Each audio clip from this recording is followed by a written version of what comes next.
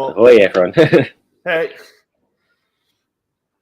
So hello, never again, and hello to everyone else who is lurking in the chat and or watching in the future.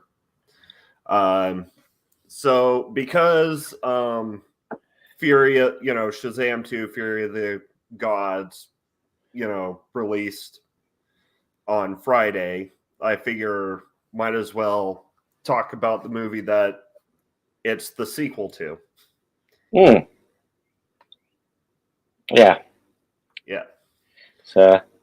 So a bit of a semi-related tangent before we really get into it.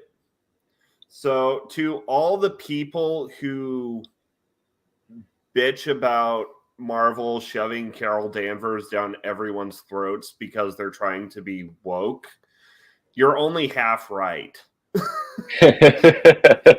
Yes, I agree. Marvel is trying to shove Carol Danvers down everyone's throats, but it's not because they're trying to be woke. It's because they have to keep using the name Captain Marvel to keep the trademark.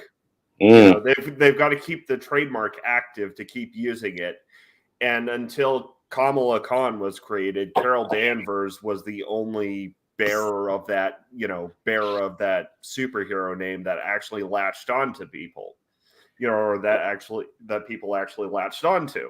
So basically, they're trying to shove Carol Danvers down everyone's throats to keep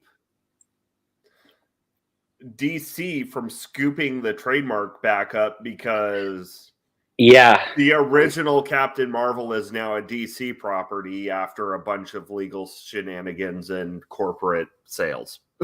Yes, Shazam, just people don't know, Shazam was originally Captain Marvel, and I think it was it Fawcett Comics character? Yeah, it was a Fawcett Comics character. Yeah. Who then DC sued into oblivion because Captain Marvel was more popular at the time than Superman. They felt he was a little too much like Superman. Yeah. At least that was, but I think more to the point of it didn't become a problem until Captain Marvel started out selling Superman comics. Yeah. So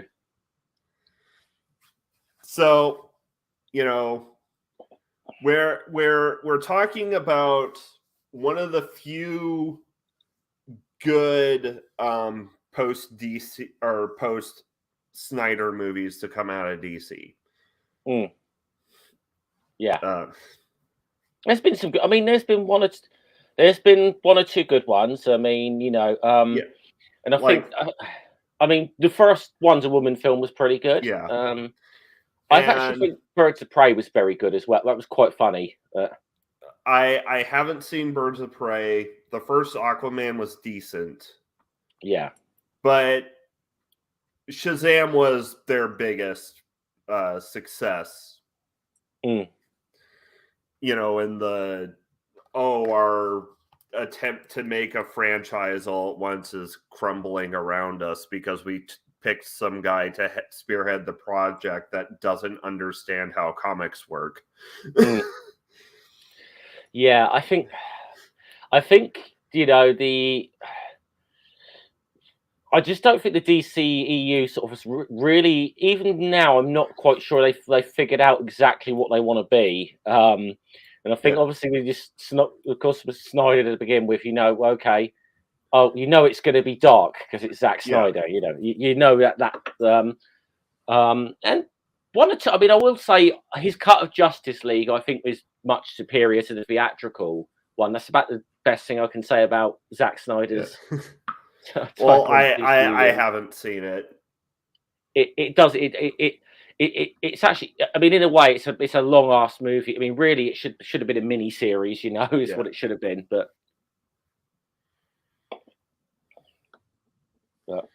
yeah. So, but also part of the reason why I mentioned that is because it's really ironic that a character whose lore is so tied into the concept of the power of names can't actually use his original name because of, you know, yeah, all the all the great powers of the wizards and everything, and are just not. They're just not as powerful as lawyers, I'm afraid. yeah.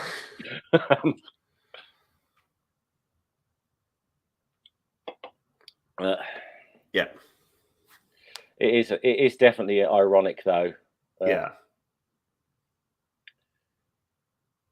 And of course there's, so, you know, so for those of you who aren't in the know, Shazam, because for legal reasons, that's the name the character is most known for in the public domain,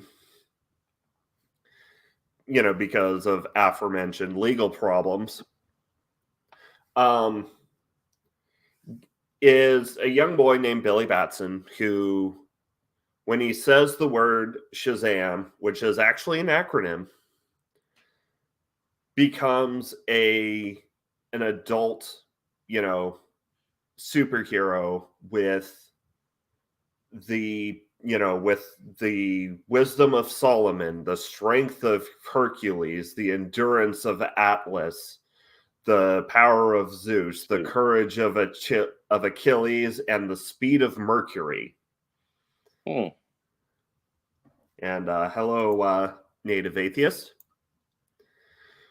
Yeah. So, brain. Oh, Yeah. yeah. So now I'm going to have to say that when it comes to a lot of the comic book lore and that, I'm actually not going to be much help to you on this one because I've not read a lot of Shazam.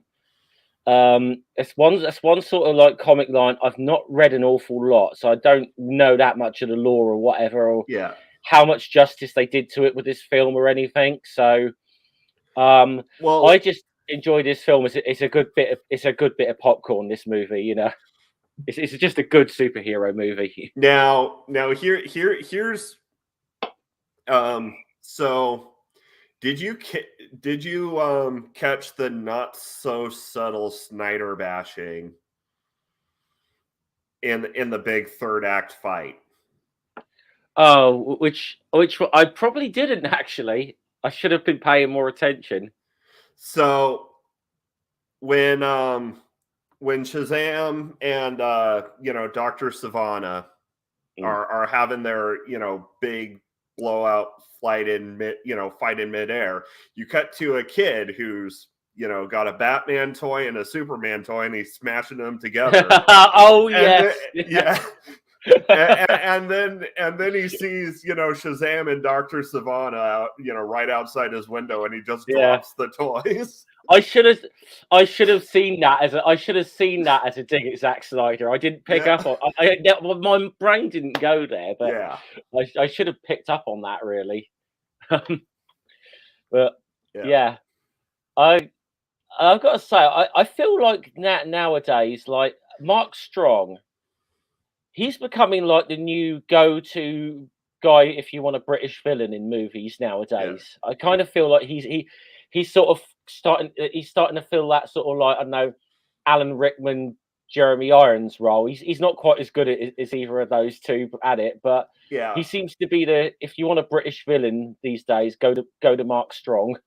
And of course, all throughout the movie, there is a nod to the fact that they aren't allowed to use his actual original name from the comics because there's the running gag of they don't know what to name him. Yeah. Oh god, there was so many. There was so many blooming names they were trying to come up with for him. Captain Sparklefingers, Zapton America, Red Cyclone. It was all sorts of. It was. Yeah. I think the Red Cyclone is like one of the nicknames that he goes by in the comics. Yeah, again, like I said, I'm not going to be much help to you on the comic lore with this character, I'm afraid. But yeah, I did. You know, that was. I just thought that. I mean, it's great because they're all most of them just such lame superhero names for a superhero, deliberately so. Well, and I mean, they are the kinds of names that a kid would come up with. Yeah. Yeah, exactly. Yeah. It's the sort of thing that would only sound cool to a kid. Yeah. Yeah. But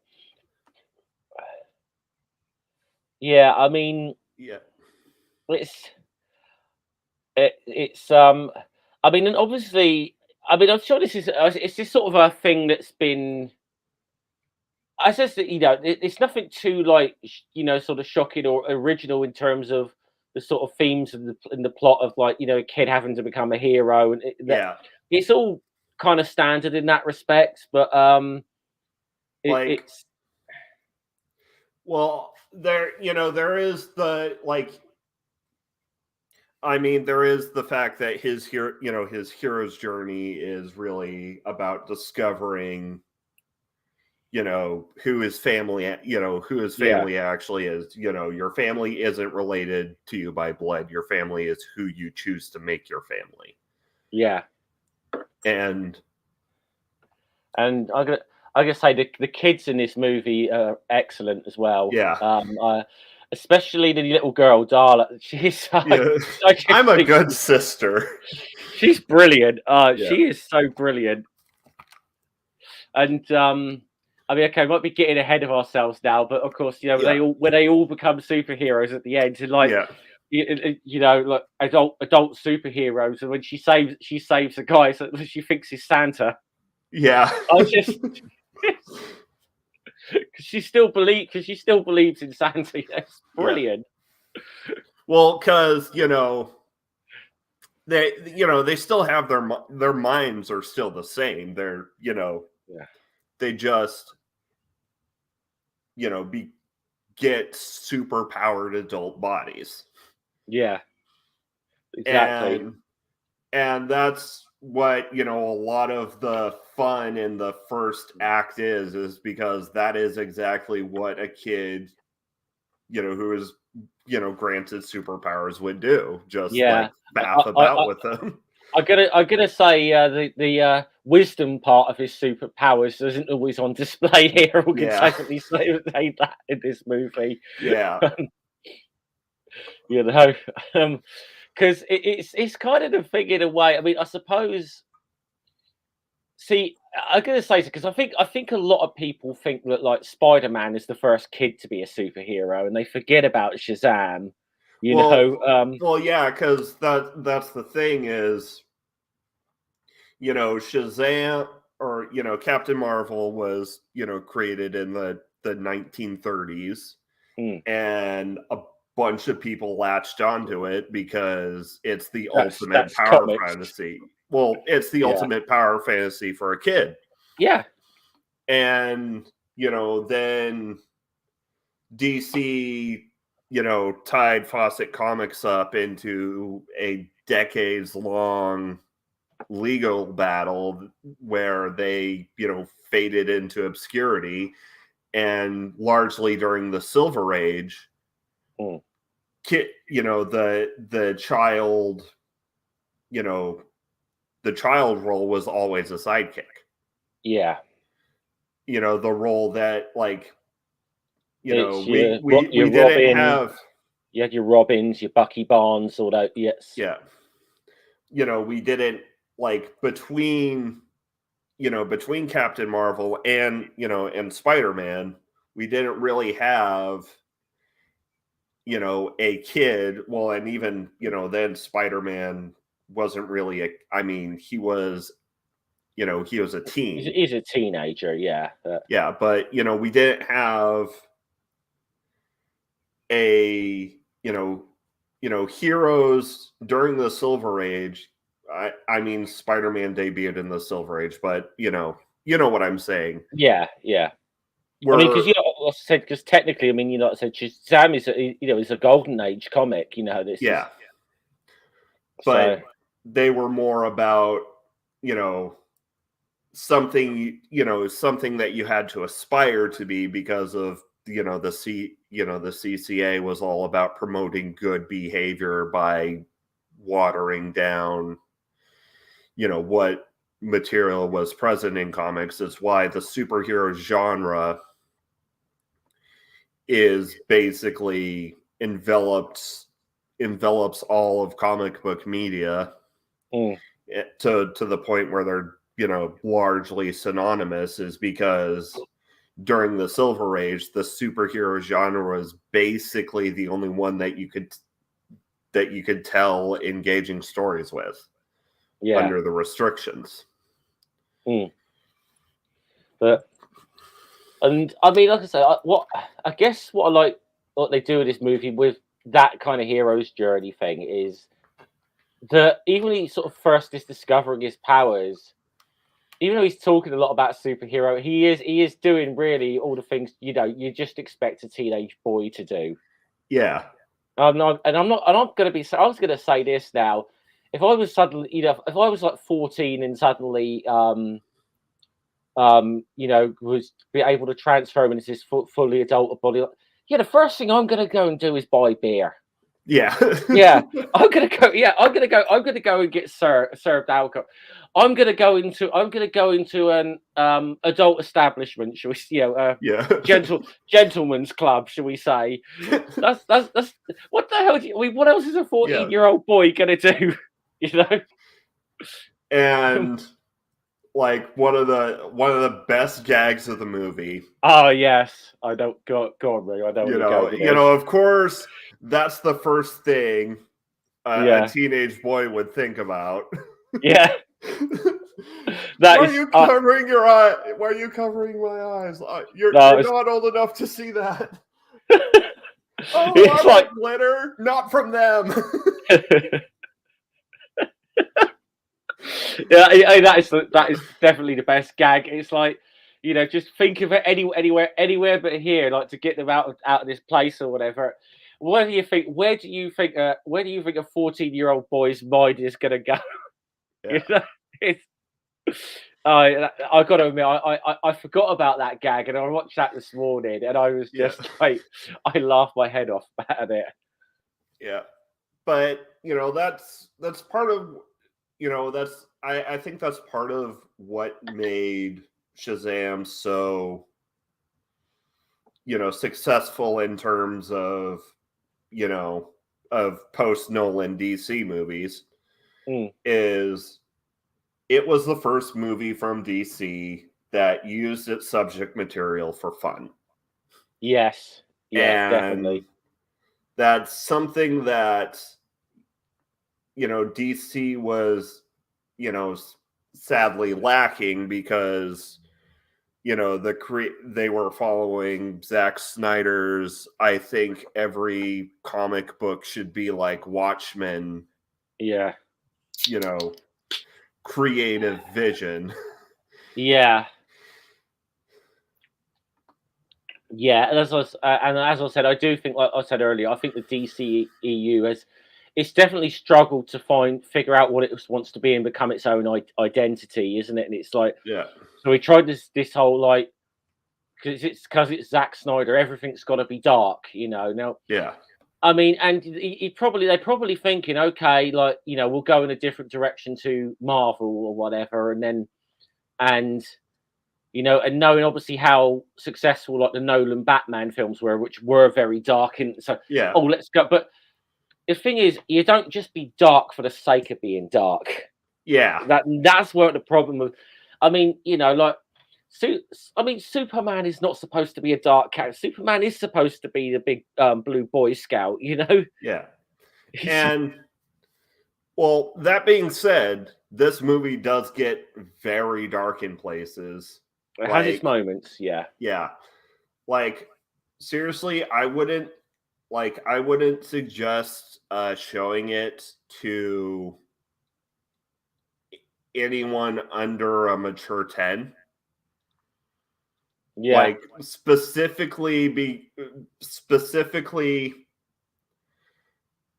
because of the scene where Dr. Savannah walks into the boardroom. Oh, yeah. Because that is straight up shot like a horror movie. That is straight up horror movie stuff. That Yeah. is. Like it's, it's a movie that has a lot of fun with its premise, that mines, the premise for all the fun and power fantasy and other potential. But it's not afraid to pull its punches. No, definitely no. It has it. Yeah, that's like I said. That's the one moment in it, because that is pure horror film stuff. That boardroom. Yeah. And you just sort of even the first time watching that, you just know when he walked in, it's like no one else in that room is coming out alive. You know, you just knew right from the beginning. Yeah. Now, though, oddly enough, with, as opposed to most superhero movies, we don't begin with our hero. No, we actually begin with the villain. Yep. Where, a young Thaddeus Savannah. And so, from what I know of the comics, Dr. Savannah was basically just a ripoff of Lex Luthor. I would more than likely. Yeah. I mean, it's comics; they rip each other off all the time. Yeah, but basically, he was just a mad scientist in the comics. Yeah. But I really like how they. I really like the direction they went with, with him, to make him a dark mirror. Yeah. But, so Dr. Savannah is, transported to the Rock of Eternity.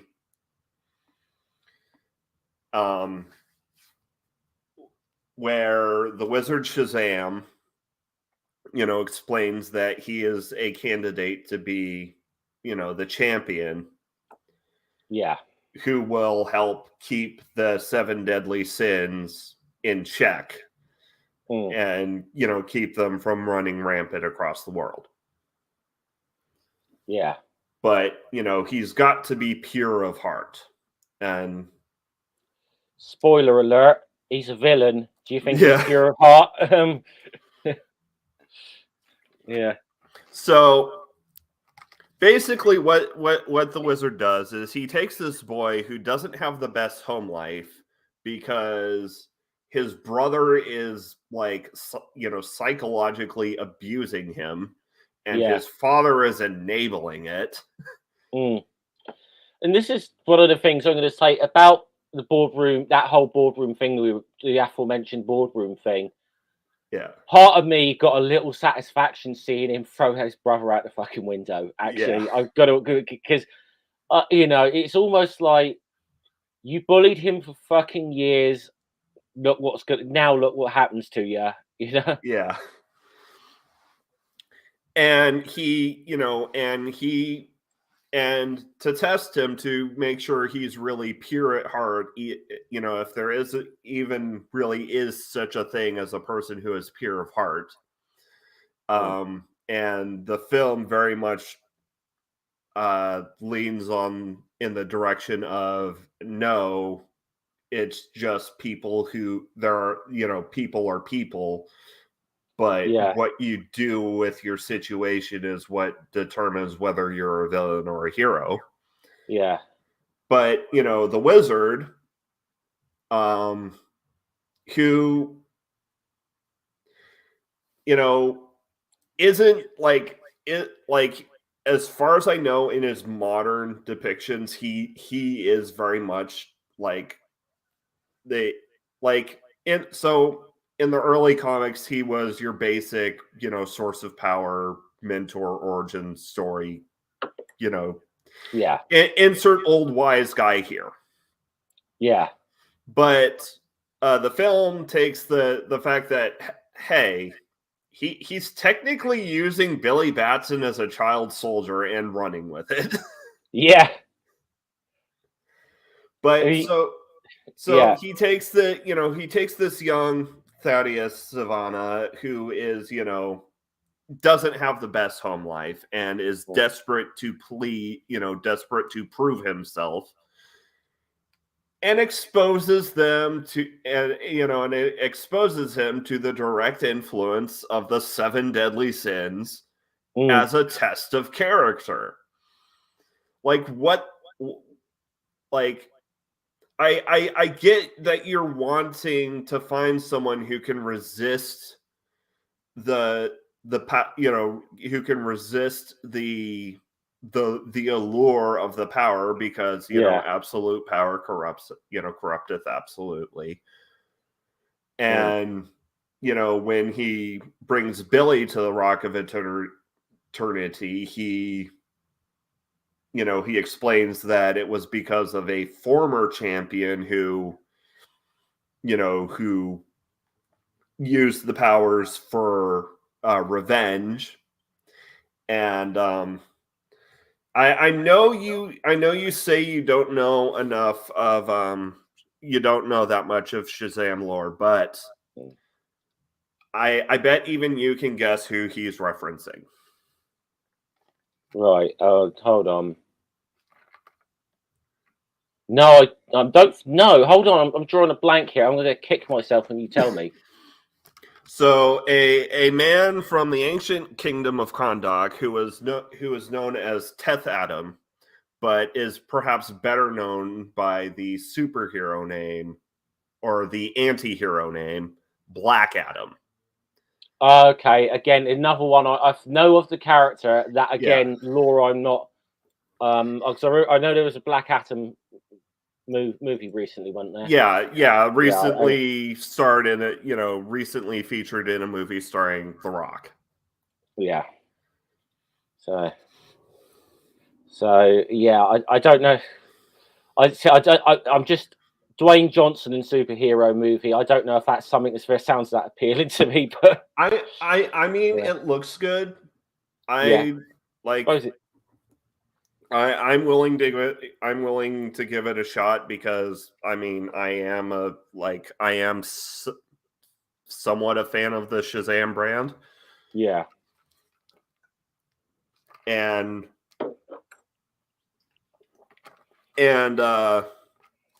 well, so in Marvel terms, Black Adam is somewhat something that you could say of a Namor figure. Yeah. Okay. Yeah. Where he's got his country that he's ruling, and he doesn't really give like a damn who he sides with, as long as his people's interests are served. Yeah.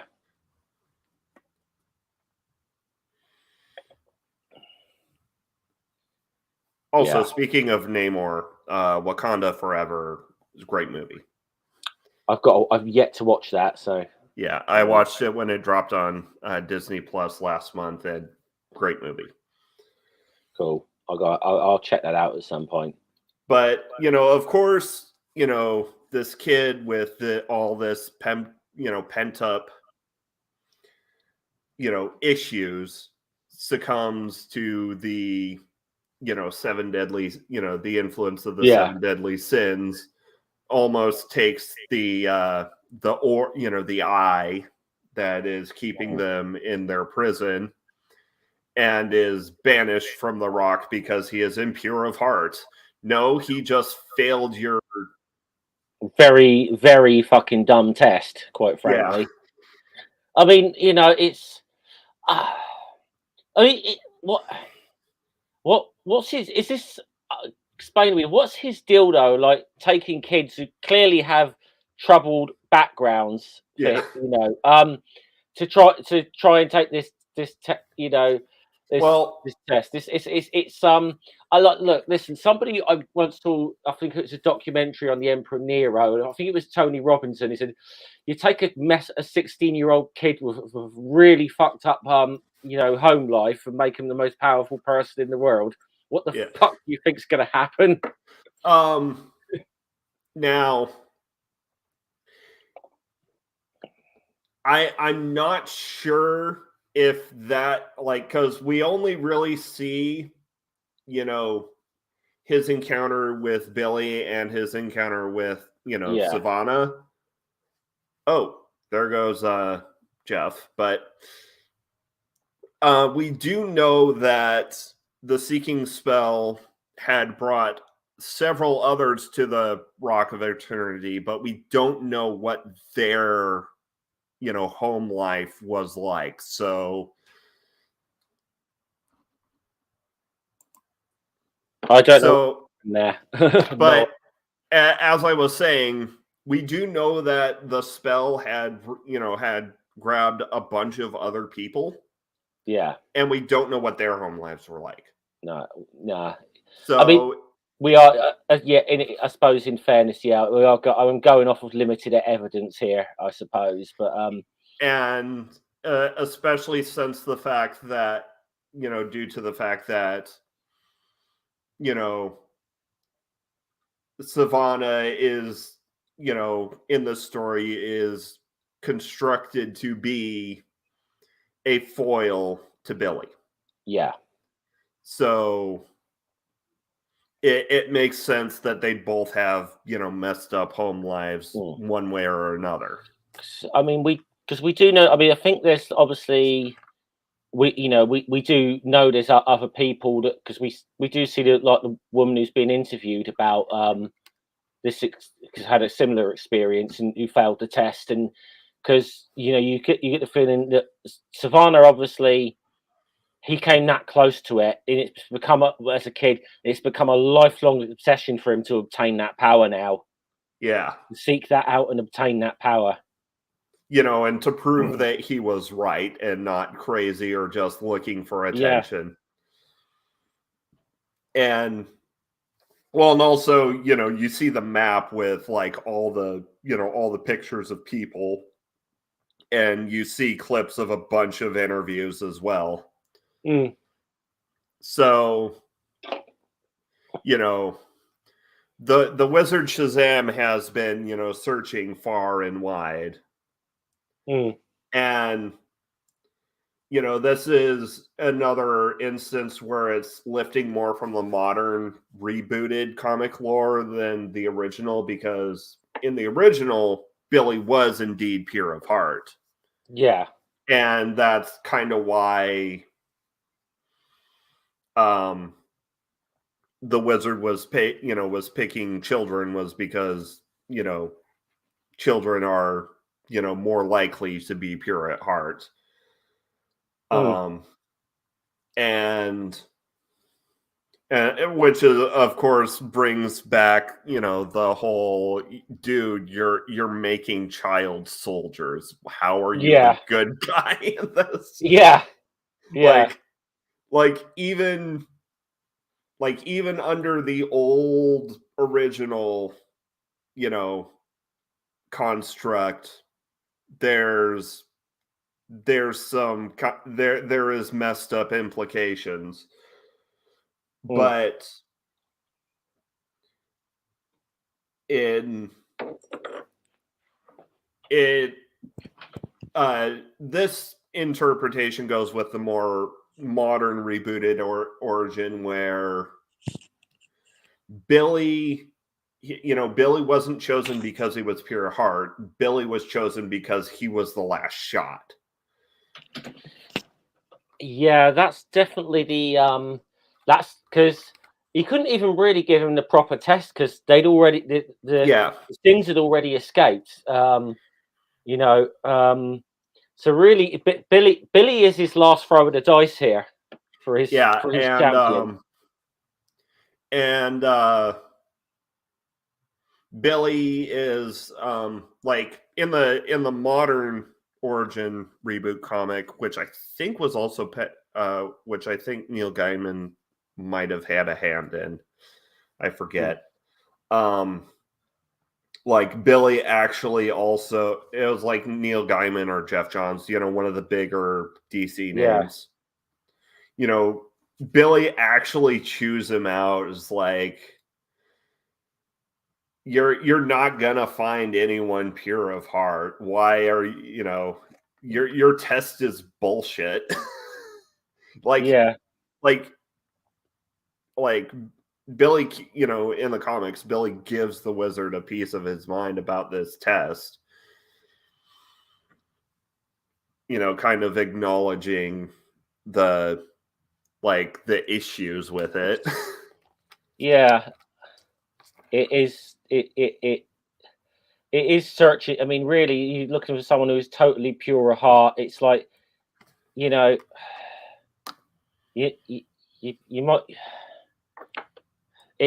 It's I can't think of a good, but it's an impossible thing to be searching for, really. Yeah, it's like in the DC universe, there's only one guy. There's only one person who's got that kind of moral character that I can think of, and he's already got all the power he needs. Yeah. He's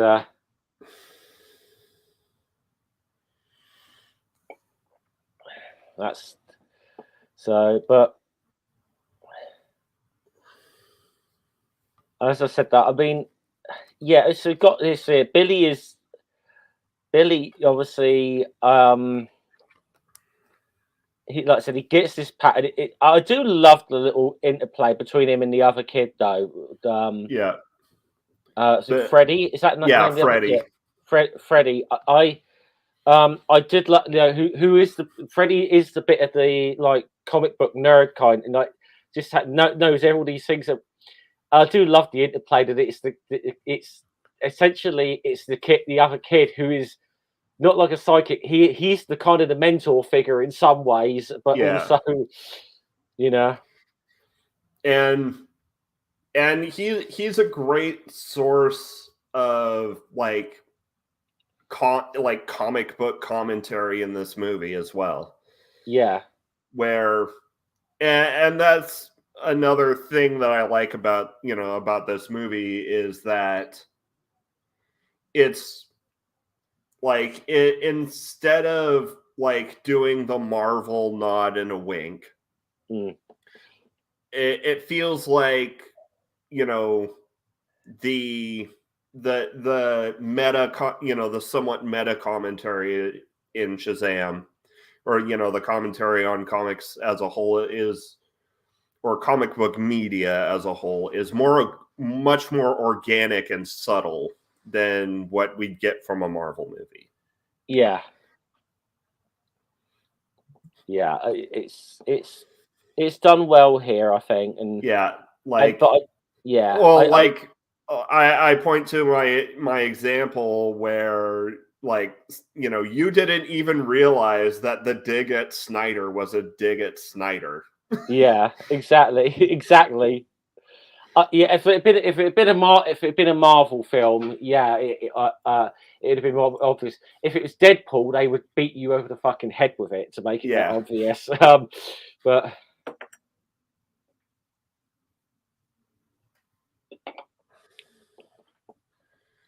I don't think the algorithm is too kind to my channel. It's a bit too small to be really picking up any kind of traction. Especially if we're going up against R and Raw, that's our ratings competitor there. I think we're going to lose that one. Yeah. Well, I mean, they were videos and not a live stream, so there's that. Fair enough. There is that. So we'll take the win any way we can. Yeah. Nah. But yeah, it's like I said that I just really enjoyed though the dynamic between Billy and Freddie in this whole movie. I really enjoyed that the thing, and I also get the feeling Yeah. that like okay, if if Billy's not really truly pure of heart or whatever, you do kind of get the feeling that if he when he tends to stray when he does tend to stray it off and not be a bit impure, it's Freddie who's like gonna tell him you're being a dick, stop being Yeah. a he's kind of that and he does confront him about the Though little power trip. Yeah. I mean, Freddy's not exactly, pure either Oh because no, but he tries, he tries to use his connection with yeah. with Billy to increase his own popularity, shield him from bullies and whatnot. Yeah. So, but they're a good. I suppose they're a good balance to one another in a way. I mean, they Yeah. both got their issues, but and yeah, it's because, but it's you do feel in a way though, Freddie is somewhat keeping him honest, I suppose, to a degree. Yeah. But I know they do, of course, they do a lot of the things together. Like obviously, when Billy goes and buys beer, he's buying them beer for both of them. Yeah. He couldn't get him. Of course, he couldn't get him into the gentleman's club, but Yeah. but of course, They were really persuasive. yeah. It was like he got in there like 5 minutes later. He's out. I need some money. Yeah. Yeah. Oh dear.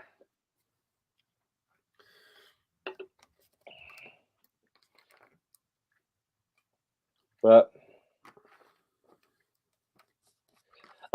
this is one of the things I do say about this as well, though. With Freddie, is I just love though. He kind of even though he's doing a good thing, he just gets that little tiniest bit of revenge on the bullies when he saves their lives. Yeah. Is he giving us a suitcase wedgie? Yeah, he's flying along, giving them a wedgie, pulling them to safety. It's just that little bit of revenge, but not where he doesn't go as opposed to the villain in this movie who basically who murders his bully, and even though he's just like, nah, I'll settle for giving him a wedgie. Yeah. You know, It's like I'm gonna save their lives, but I'm gonna give them a wedgie while I do it. yeah. That's And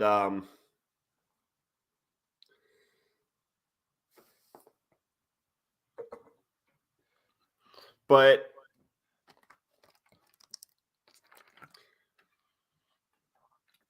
like I said, it doesn't pull its punches, but it also knows when to pull back and give us, some comedic relief because yeah. like the like in the big final showdown between Billy and Dr. Savannah, we have the great evil monologue scene. Oh, that's perfect. That is so perfect. He's up there giving him this great big. And of course, he stood like almost half a mile away from him, and he's like, "I Yeah. can't hear you." Yeah. He's giving the big. And I'm there like, am I watching a fucking Deadpool movie right now? Yeah. Yeah.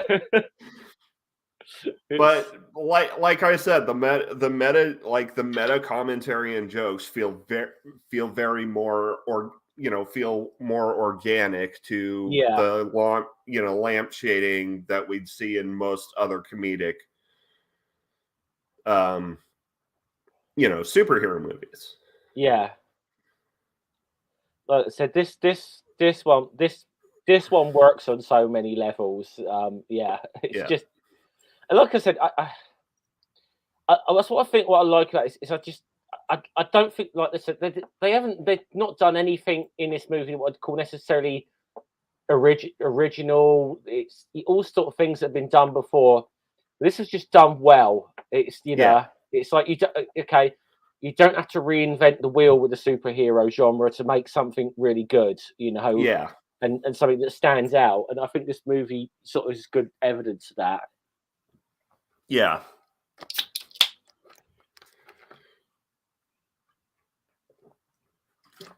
Because I don't think you ever. This is the thing with it. Even when he turns into Shazam, and even when he's become finally got to that point where he's the hero, and you just never ever lose sight of the fact that this is a kid. Yeah, In this movie. That's what's so brilliant. And that's like what people like. That's what you need to like. Okay. So this is another point of where you got to separate the art from the artist, because from what I've heard, Zachary Levi isn't the best kind of person. I can acknowledge that. But I can also acknowledge the fact that he does a good job pretending to be a kid. Yeah, I don't know enough about him. Yeah, but apparently he said a bunch of yikesy stuff on Twitter, and I can acknowledge the fact that he said a bunch of yikesy stuff on Twitter and still enjoy Shazam. Yeah. Can I just say something now to our audience, anyone who's watching this? If anyone wants to make a graphic up for Ring for a channel punching bag that we can play whenever this comes up, yeah, let Ring know, because I think that could be like a little. It's almost could become like a little segment on each episode of the Media Musings, the channel, because somehow the channel punching bag always figures in. And of course, because of the channel punching bags,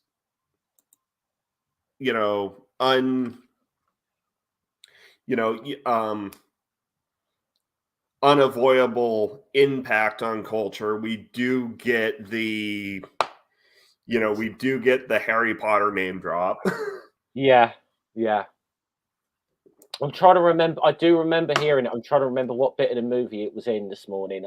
As one of the people talking about the wizard, some guy dressed like Harry Potter.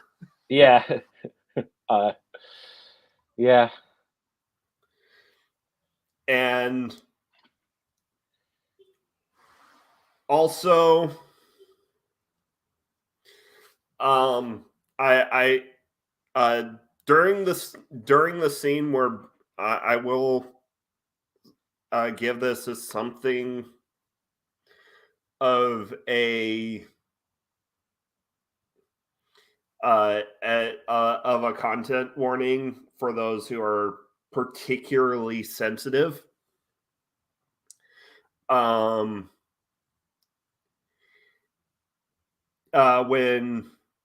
the wizard tells Billy to hold his staff, Billy does call attention to the obvious joke. Yeah.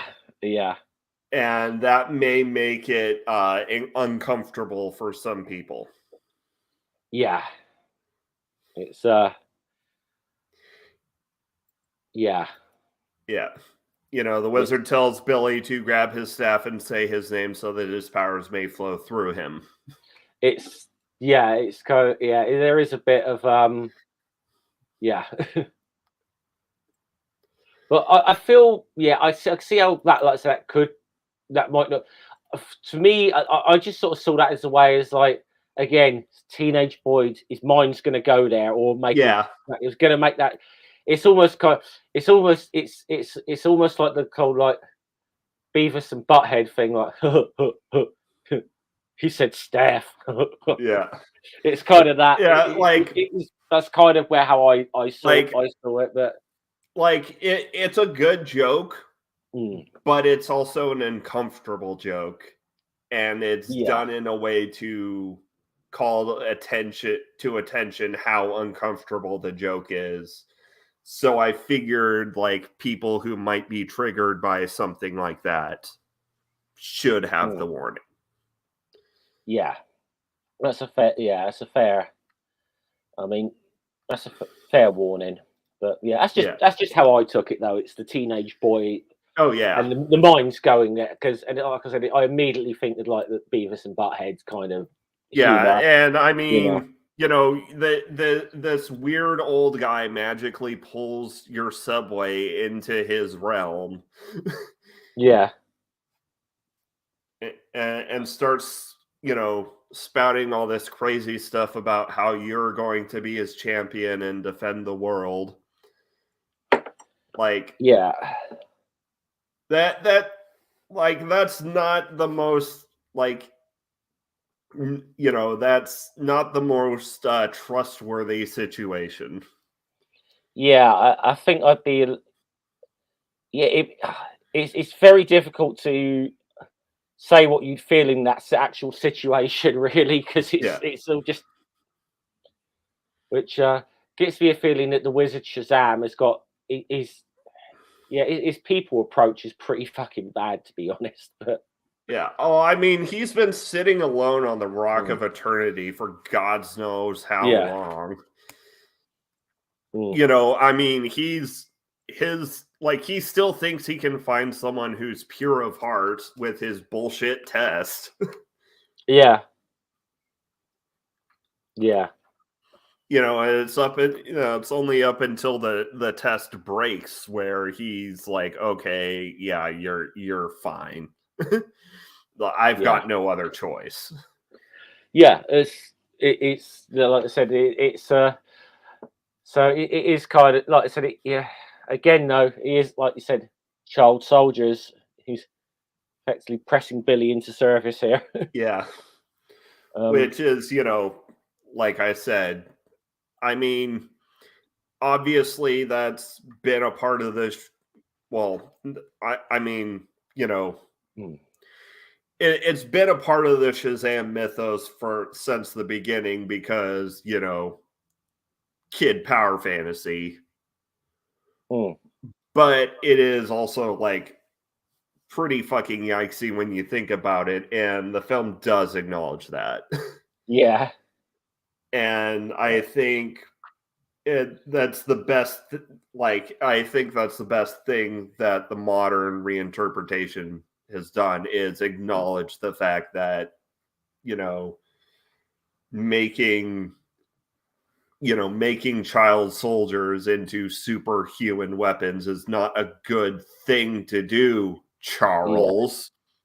yes, yes. Yes. We're looking your way, Professor X. Yeah. Yeah. But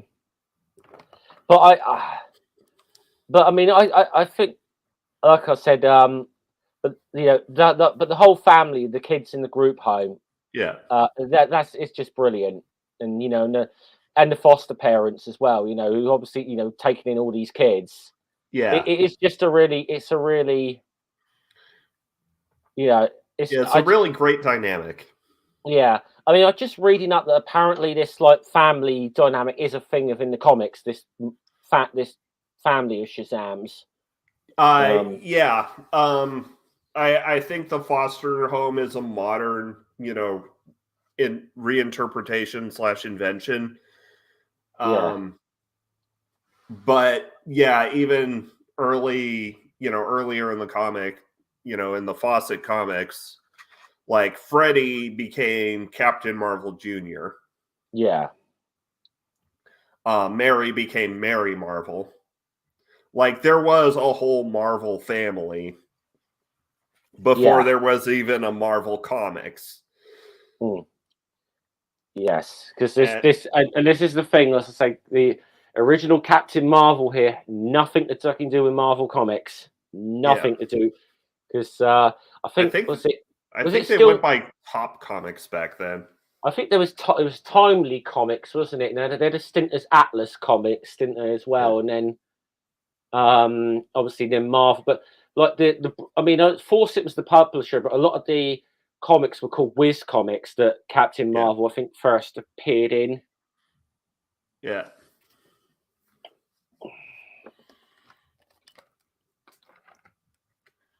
So right, I'm going to be back in like 2 minutes, Ring. Okay, sir.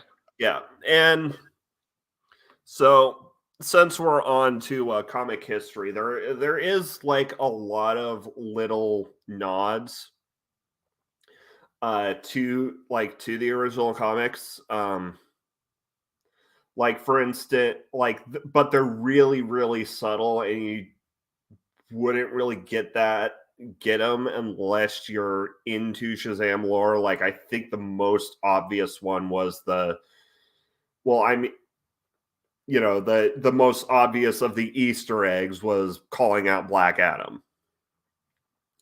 But like for instance, the stuffed tiger that keeps showing up, and also in the scene right after he saves the bus of people, the shot lingers on a random homeless guy, for a good near minute.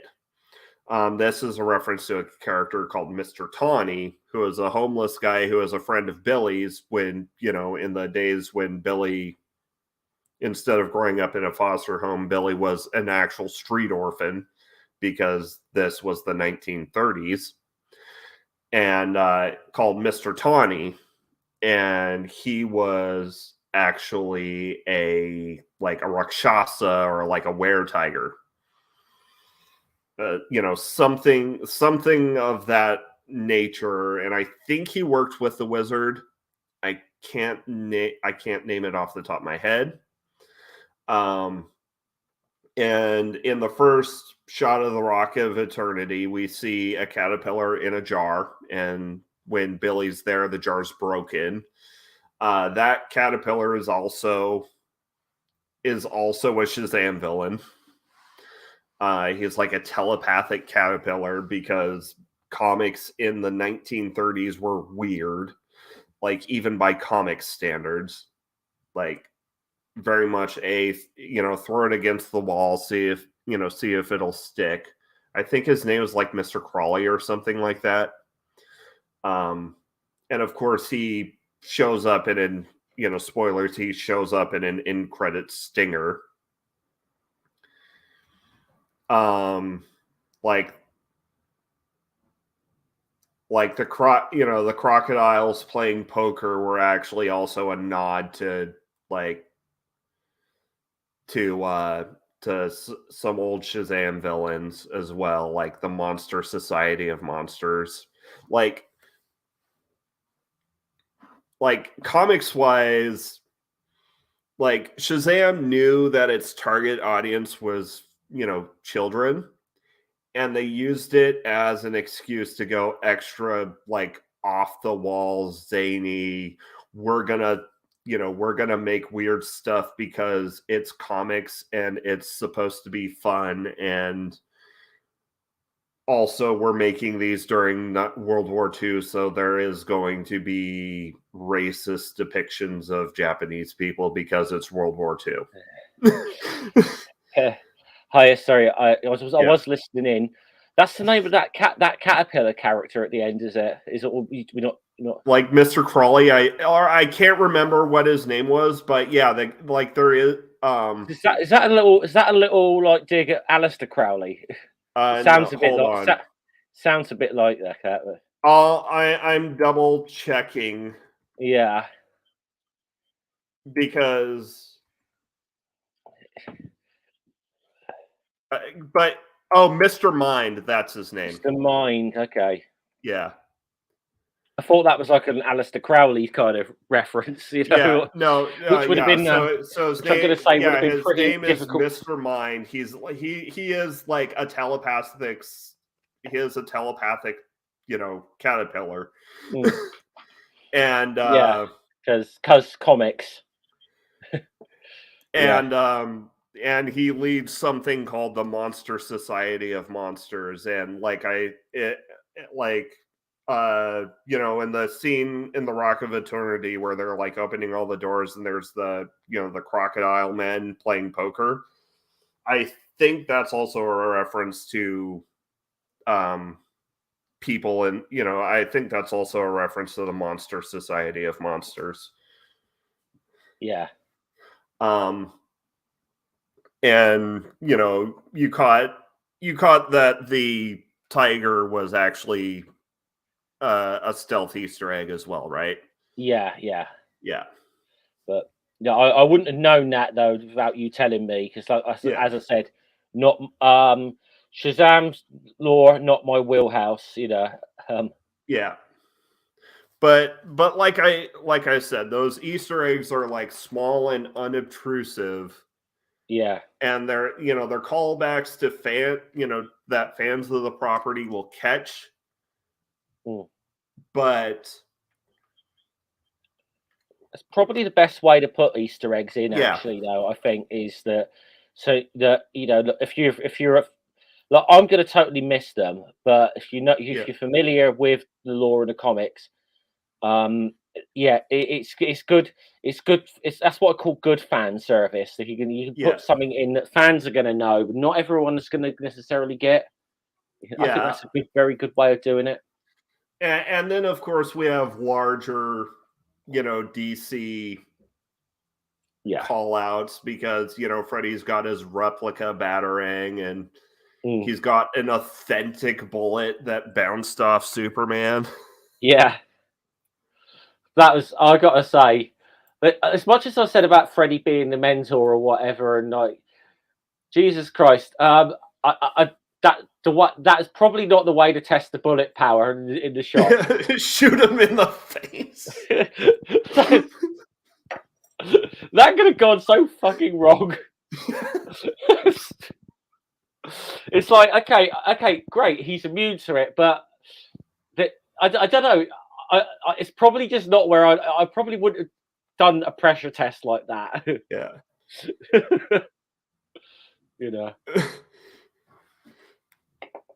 Well, I mean, what's even better is that the robbers comply Yeah, and like empty their entire, and the empty their entire back. magazine. Yeah, just empty their clips right into his face, and it's like they will just bounce off of him. Yeah. It's but That kind of tickles. Now you're yeah. dead. I'm gonna say as well. And again, if you obviously even if you know nothing about like superhero films and this film as well, the nods because it's in Philadelphia and the little nods to Rocky, I got a bit of a kick out of. Yeah. There's a Hands. lot of there's a Fighting with my couple, hands. yeah, and the fact that he's kind of busking up on top of the famous steps, what we call the Yeah. Rocky steps, which I think it's like the art museum up there or something, isn't it, in Yeah. Philadelphia? But yeah, that's. But I don't know. I've never been to Philadelphia, but I think everyone in Neither the have world I. knows those. Everyone in the world knows those steps. Yeah. Even if you've never seen Rocky, that's those steps in that scene.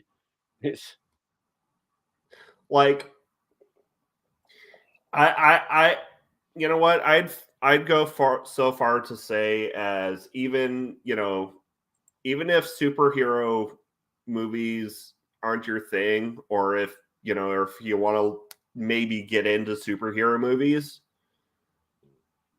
Shazam's probably a real one of the best places to start.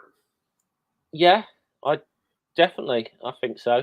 Um, Unless you're a kid under 10, because it does get kind of intense in places. yeah, yeah, but um, yeah, I think definitely, yeah. If you wanted to get into sort of modern superhero movies, though, you never, without any frame of reference or whatever, Shazam is a good one. Um, I mean, it still very much is a comic book movie, but Yeah. but it's And It's got the. It's. I mean, what I like about it is it's got the sort of the. It's it's got some of the like real good elements of what Marvel have done with their cinematic universe, but it doesn't yeah, feel like a Marvel film, you know. yeah. And see that's what makes some of the best. And see, I feel with Shazam, DC replicated what makes some of the best Marvel films good. You know Yeah, what they are is instead of like instead of making like they did, and I'm not talking about the jokes, I'm not talking about the comic book commentary, and mm, I'm talking about looking at your source material, taking the themes and tone, taking the what makes the source material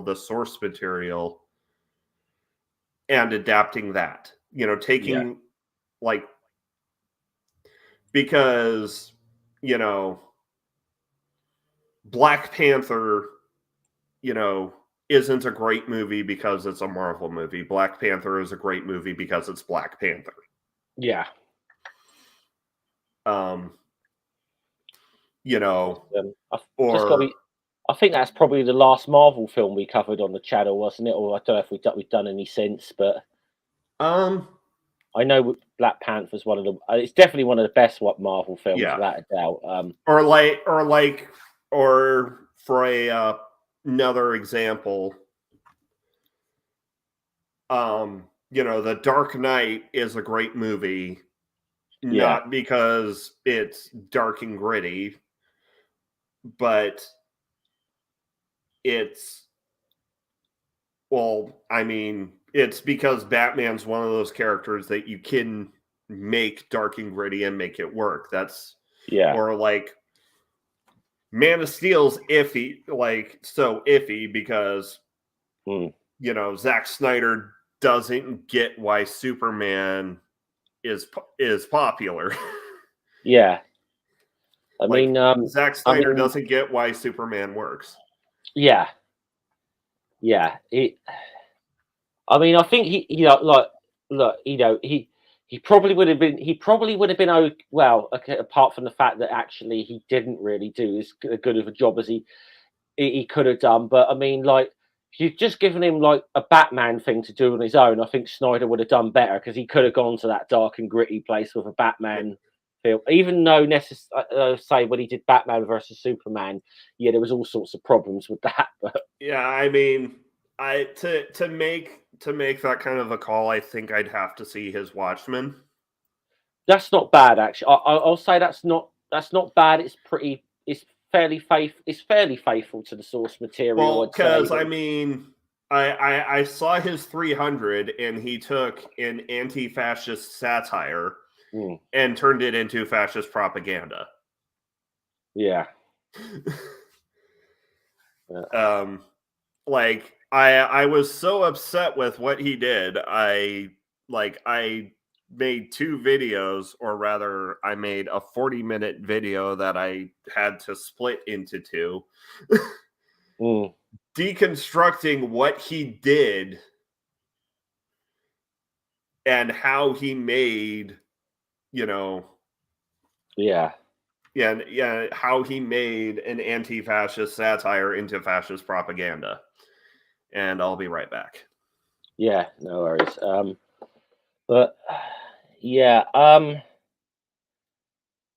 Ooh. What else can we talk about with this?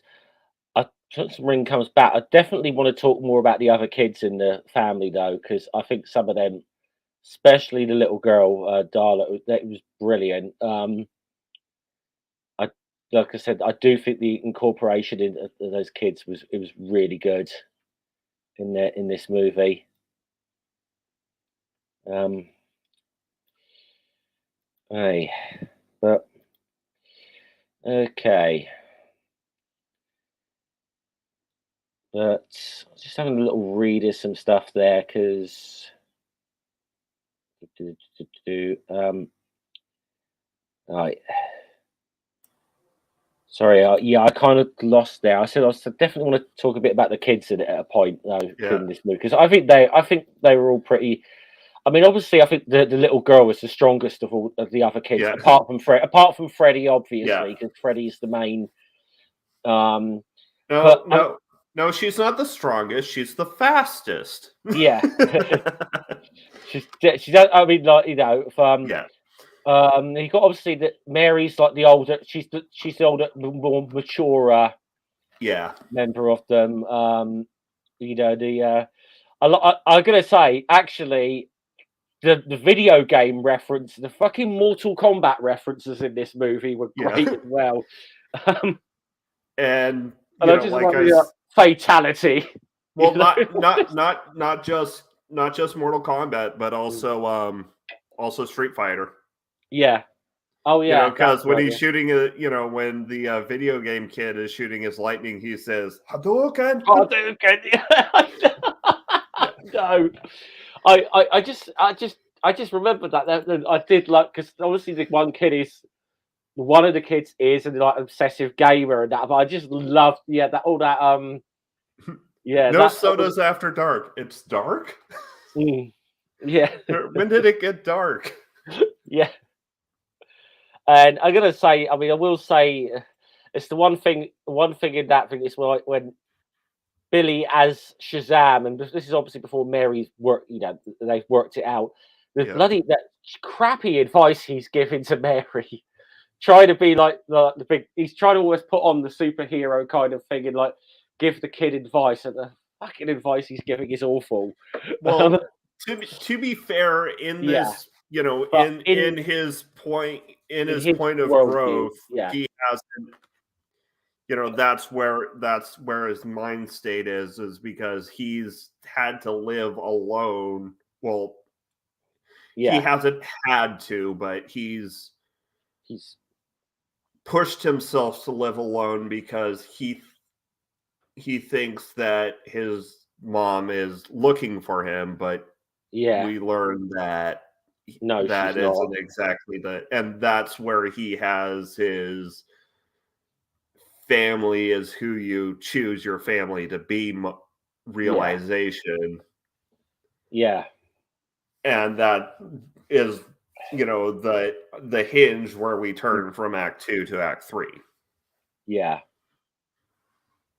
But again, like I said, I just did love the kids in this. But the little girl though, Darla, she was so funny in this movie. Yeah.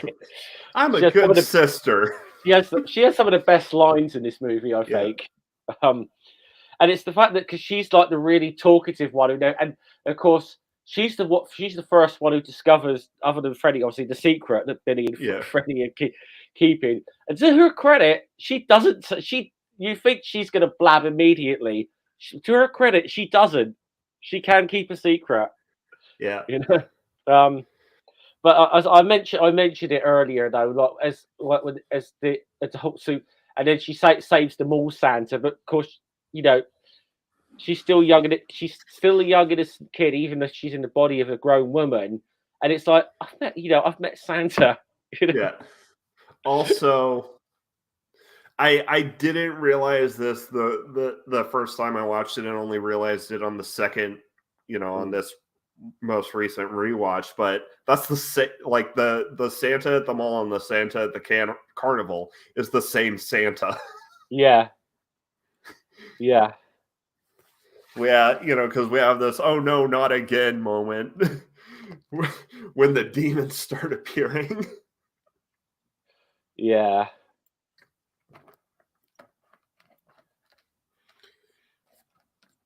It's but yeah, I mean it's I mean it was a good way to incorporate the sort of the what's what you call the Marvel family or whatever into this. I think it was done very well. Yeah, and from what I've heard, Shazam 2 builds on that. Yeah.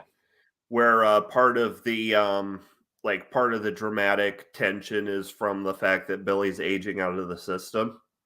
Yeah. So yeah. Now, it's a shame Noodle couldn't make it because I did want to talk.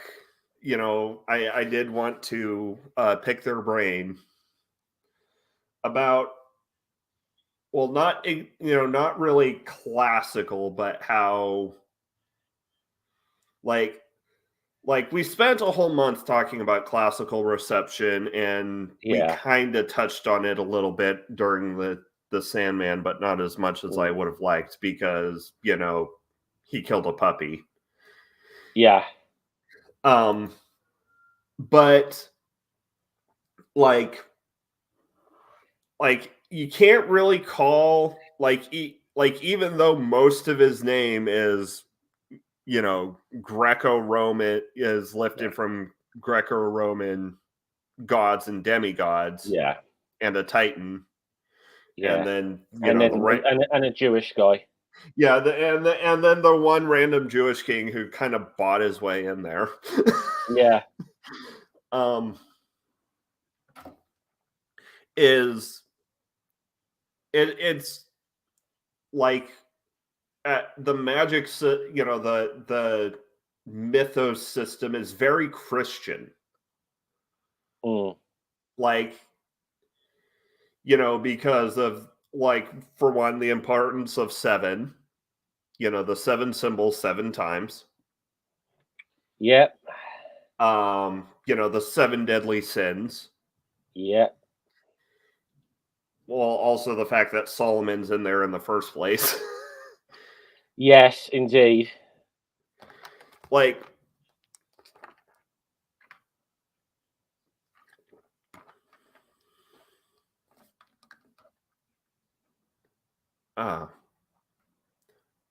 I was going somewhere, but then the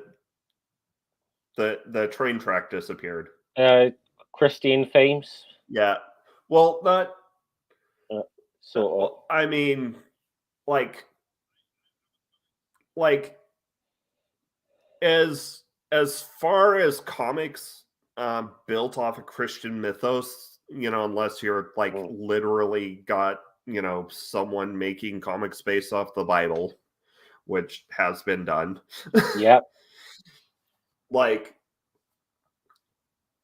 this is probably the closest that you've got, taking, aside from Sandman, because Sandman very much delves into, at least a version of the Christian mythos.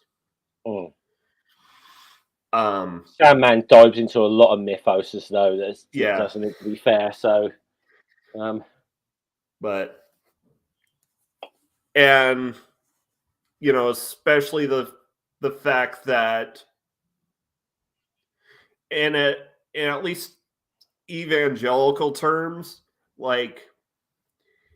if evangelicals are going to be okay with a pantheon, it tends to be the Greco-Roman one, because that's the white one. I mean, ignoring the Norse, that's the white one. Yeah. It's I think they start getting into African folklore. Then it's funny how it sort of suddenly becomes it's harmless mythology to it being like evil voodoo, depending on where the source comes from. I mean, just there's I've noticed that there is, when it comes to evangelicals, there is a direct correlation between how Anglo something is with how okay it is. Yeah. And like I said, a lot of like I've said before, and I'll say it again, a lot of occult satanic panic mongering is really just cultural supremacy in a funny hat. Yeah. Yeah. It's but what else we got to say about this movie then? Because we've gone through you know, I'm just trying to think of any other like themes and what things we might have picked up on in that. Oh, the fact that the sin, Dr. Savannah, so for The sin of envy. so Yeah. spoilers, but Savannah gets his powers by allowing the 7 deadly sins to reside within his body. Yeah. And as long as he has, at least one of the sins residing in his body, he has the powers. Yeah.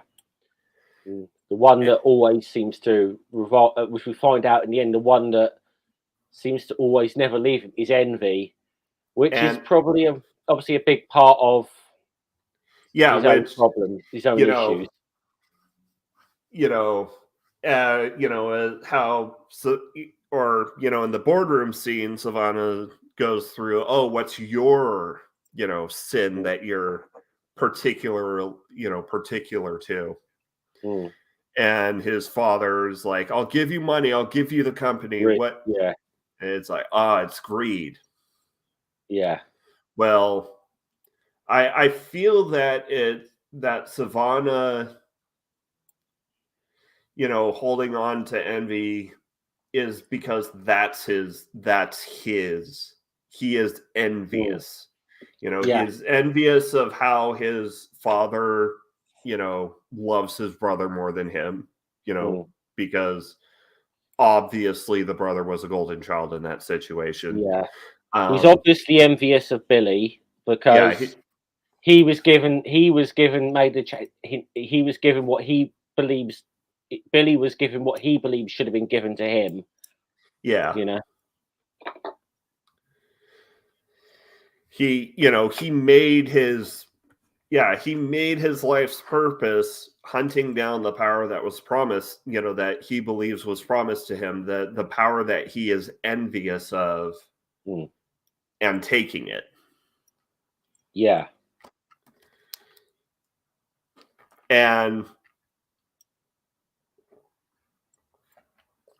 once again, another great thing about Shazam, where while there is a lot of superheroic punching and fights and whatnot, this is one of the few superhero movies where the conflict isn't solved by throwing fists, because it's solved by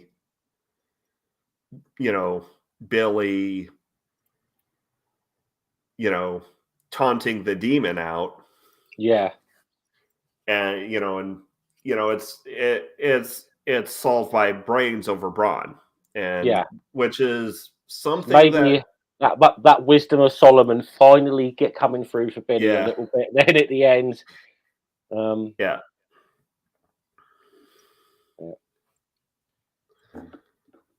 It's definitely one thing I am going to have to mention, and that's obviously the last scene in this movie, the coming to lunch. Oh yeah. I think that is. I don't know what I got a pop out of it when I saw it for the first time, because obviously look, Billy, Billy hadn't really promised Freddie that he was going to come. Freddie was trying to use him for popularity purposes or whatever, but he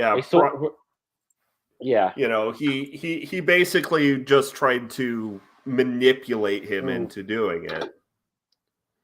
Yeah, which is a source of an argument that they have, but it's just the fact that there's Freddie at the end, he's still being taunted by the bullies, even though because they don't know it was him who saved him and gave him the wedgie at the same time. Yeah.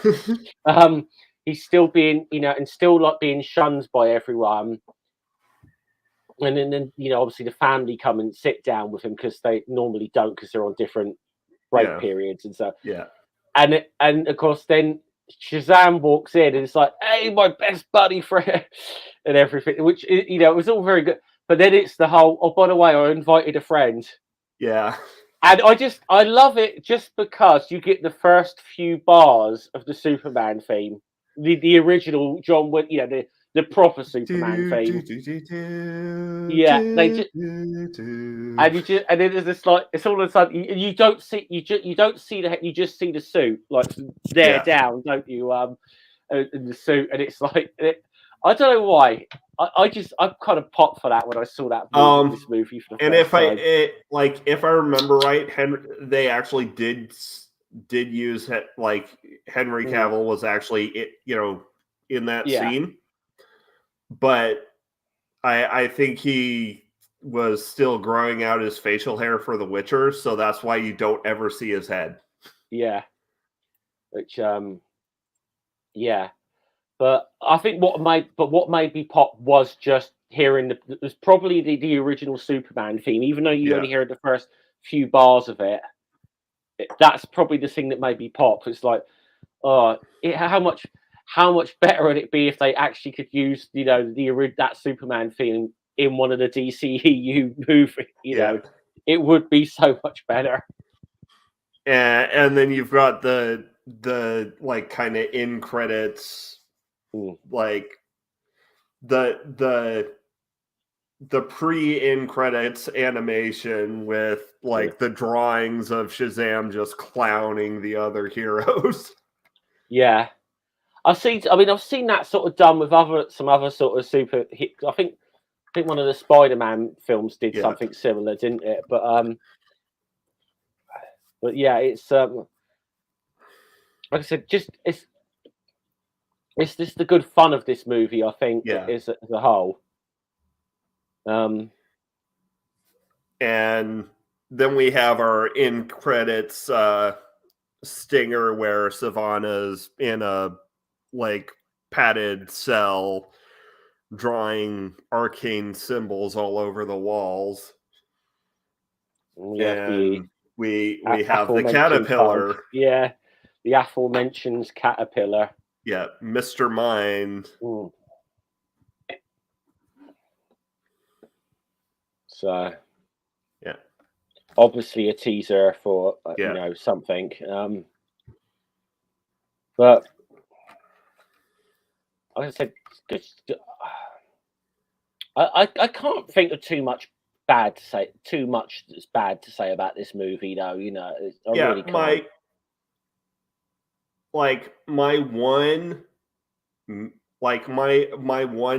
My strongest criticism of the movie is that the sins, while being hyped up as like these world-ending threats, right? Yeah. Like, I'll say they never quite feel like that to me, but they're like all like, and like all the sins, aside from their designs, they're basically all the same. They're basically just punchy monster people. Yeah. Like in the film. That's my main, but that's my main criticism, but it's not that strong of a criticism because I can't really see how I would have fixed that without compromising the rest of the movie. Yeah, it's like I said, they're obviously a threat and they're a terror sort of threat, but they don't feel like they don't feel like a world-ending kind of threat that if they win, like the world's, obviously they probably are, but they just never quite felt that way. Like the best like reason I can think of for that would be that they're willing to bide their time in play as Savannah's lackeys until until the champion's out of the way, and then they can spread their evil across the world. Yeah, Billy. I mean, Billy picks up on it pretty much straight away, doesn't he? Though, with I think you're, like with Savannah, I think you're being used here. I think he picks up on who's really in charge, who's really got the power in that dynamic, in that particular arrangement straight away. Savannah's, you do, because you do get the feeling, they're gonna dispose of Savannah as soon as they don't have any use for him anymore. Yeah. What was that? What? You really thought I was going to put a demon orb in my head? That's gross. I gotta say, that was brilliant, because it's like the whole, you're thinking, oh my god, he's being tempted by the power of it, and it was like, psych. Yeah, that was brilliant. But again, that's okay. The whole maybe there is a case that that he's pure enough at heart to he might not be pure heart, but he's pure enough. Yeah.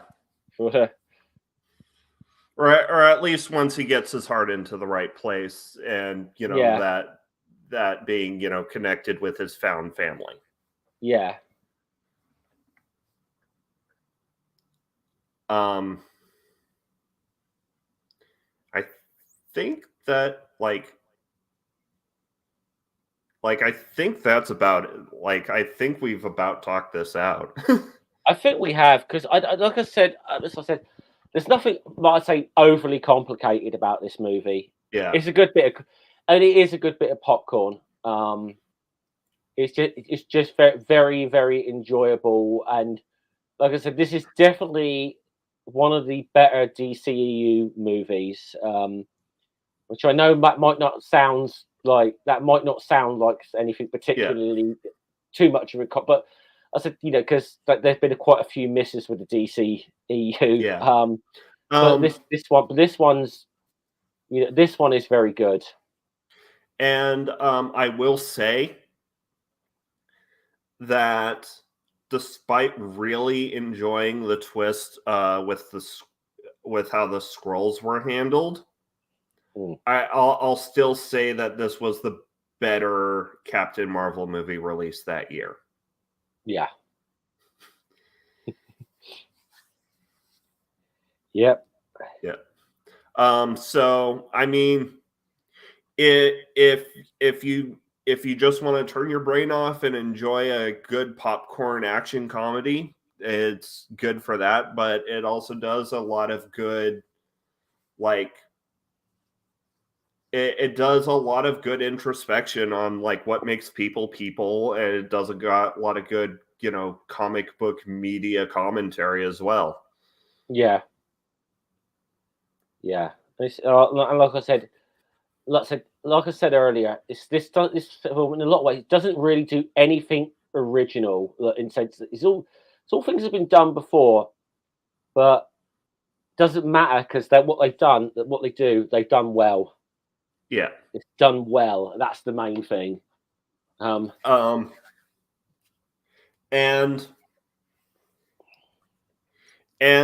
also, like I said, a lot of the commentary is done so organically and subtly that you kind of have to keep an eye out for it. Well, as I said, I totally missed that was a dig at Zack Snyder. Yeah, and it should have been on. When you explain, it's like, why the fuck didn't I see that? That's so obvious. Of course, it was a dig at Snyder. Yeah. It's maybe probably because I'd be looking for something more like that, from a Marvel film or a Deadpool film or something. That if we'll have a dig at the other side kind of thing, Yeah. But, like I said, it's really, really subtle. Ooh. In terms of other examples of comic book media doing some lampshading, it's really subtle. Yeah. But with that, I think we'll move on to Schilling. Yeah, check out my channel, Godless Scummer. I don't know if I've got anything. I don't know if I've got anything planned coming up in the next week, but then I can, like I said, I can usually count on Atheist Alliance International to do something that's going to give me content. So, because my situation drastically changed last week, I'm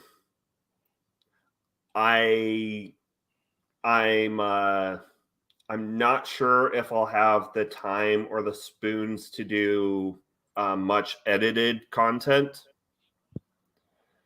So that'll likely be very sparse and here and there for this foreseeable future. However, this coming Saturday, Saturday the 25th, I will be appearing on Godless Granny's channel on a stream. So at 3:30 Central Time, so 4:30 in the afternoon Eastern. I think that'll be about 8:30 at night UK. Probably, yeah. So, be sure and catch me there. I'll be talking about why critical reception of media is important and such. So I'll be basically doing my channel's mission statement on Godless Granny's channel. Yeah. Let's get a good plug for Media Musings out of that. Yeah. And next week, because last week was canceled, and obviously because I could use the algorithm boost for covering SHAZAM when the weekend the sequel comes out. Next week we are going to be doing Superman versus the Elite, because I still really want to talk about that. Now I will say I haven't seen the animated movie, but I read the comic it was adapted from, and when it comes to DC animation, they tend to be very accurate in their they're adaptations. They're pretty good. So, next Saturday I'll be on Godless Granny's channel, and then and then next Sunday we'll be doing Superman and the Elite, and then we'll be closing out the month a week late with Abraham Lincoln Vampire Hunter. Yeah, okay. That's going to be a bit different from the sort of American Civil War content I've been doing recently, but yeah. And with that, taglines. SHAZAM. Remember, the purpose of a storyteller is not to tell you how to think, but to give you questions to think on. Too often, we forget that.